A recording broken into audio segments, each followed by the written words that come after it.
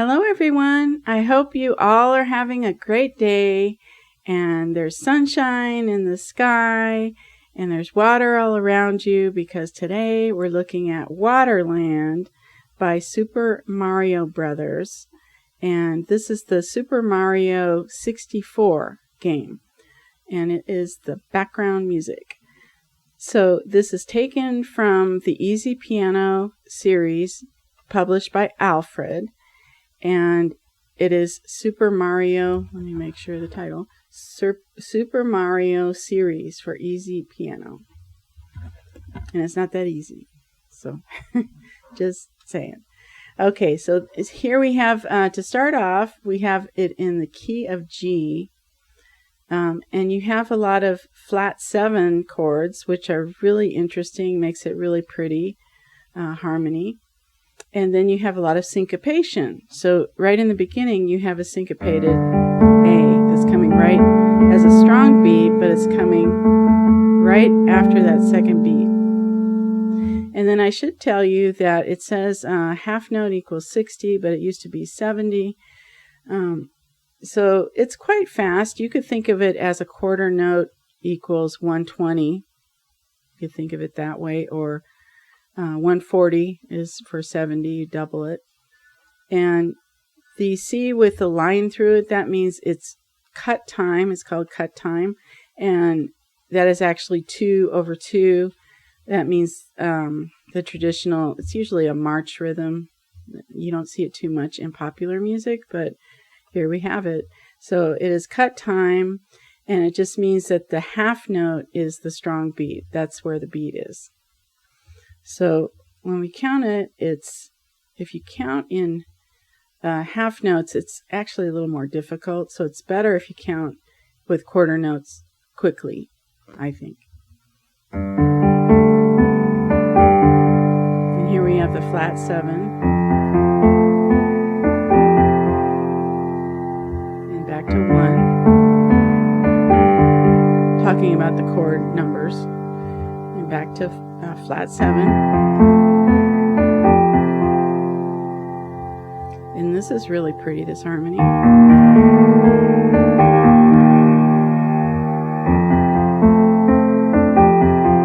So the pattern is he's going down by whole steps, if you think of it that way, every 2 measures. And then we get to the A section, and this part, so we're starting on the offbeat again. And then cross over. Make sure you do that. So you go 1, 2, 3, 4, 5. 2, 1, cross over 2, 5, 3, and then down to G. And the next note is 2 on C. And then get your thumb to B. Okay.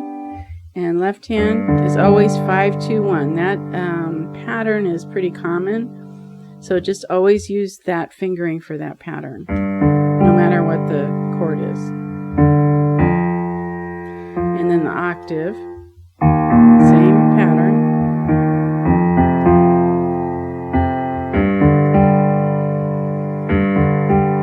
So again, let's go over that A section. I'll go slower so you can see the notes.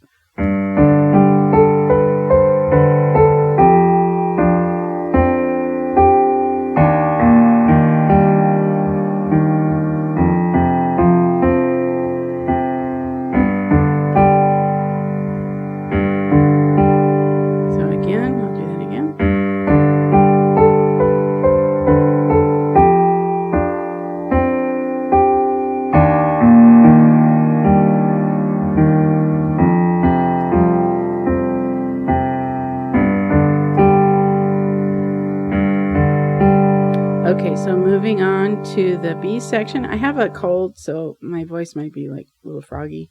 Sorry about that. So we have a C harmony here. 5, 2, 1 again. And have your thumb on the G above middle C. And it says 5 here. Yeah, I guess you could use 5. And then 4. So in the left hand, this is actually a G chord that's outlined. It's just starting on the first inversion. Right? So it's root position and then first inversion. So again, at that B section, and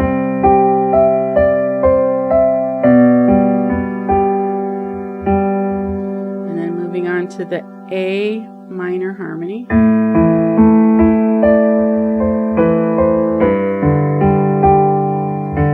Okay, so my fingering's a little different there in the right hand, so just watch this. So it's E, I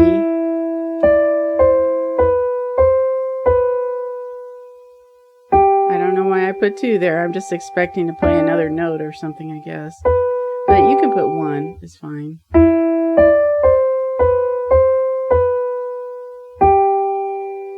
And then in your left hand,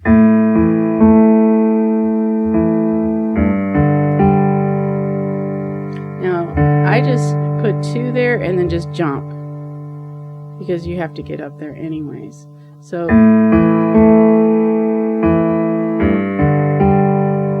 and then just jump up to C.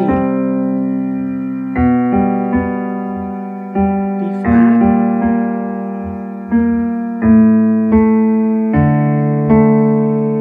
Okay, so again, that part starting on A minor chord is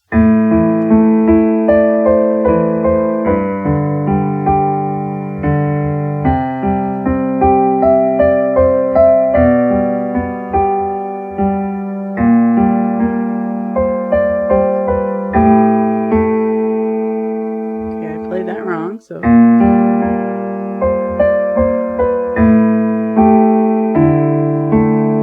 okay, now C section.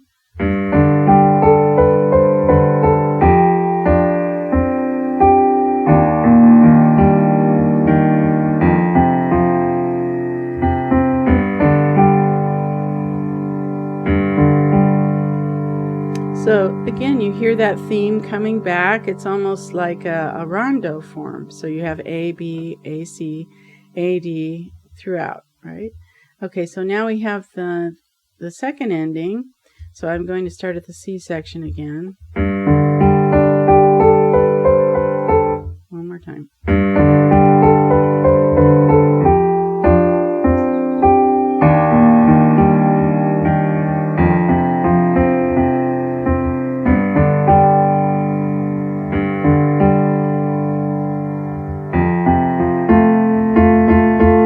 Okay, so the way to approach this is at the D section. It is a little complex. What I would do is just above those notes, write a little quarter note. So wherever you see those ties, it can be a little daunting. So just put quarter notes above them, and you'll see that it's so much easier. So if you think of this as a quarter note, and then 3/8 notes, well, there's a quarter note there. Quarter note.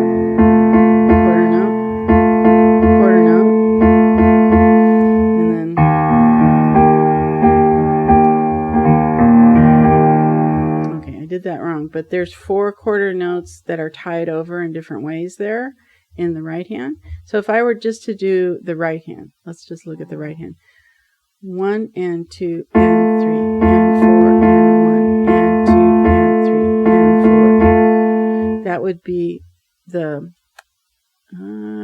right at letter D. So those 2 measures. And then in the next part, you kind of need that downbeat. 1, 2 and 3 and 4 and 1 and 2 and 3 and 4 and. Okay? And then getting them in between the left hand notes, that's a little tricky, but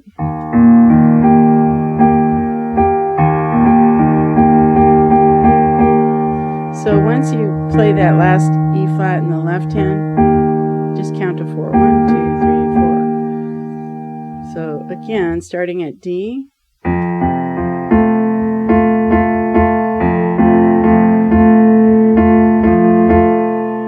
Let me play that one more time. I'll go a little slower.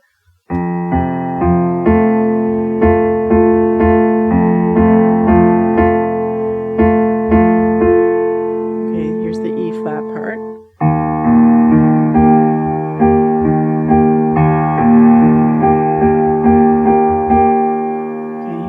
2 E flat measures again.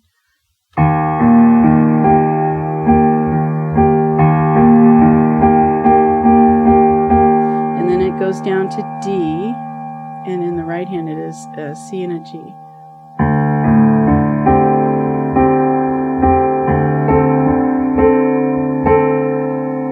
And you can see those are three quarter notes, then 2 quarter notes, and a dotted quarter note. So I even wrote those in above, so I don't have to look at all those tied notes. And then at the E section, when you get there, it's kind of a return, like the introduction.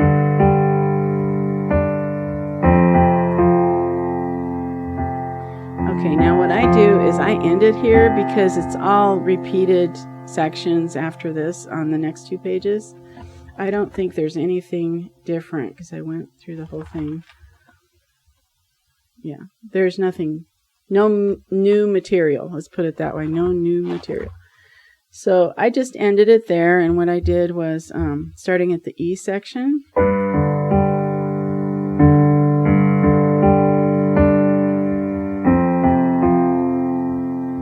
Then I play another F chord, and then G, and I play B in the right hand. And then low G, and then another low G. Okay, and that's it.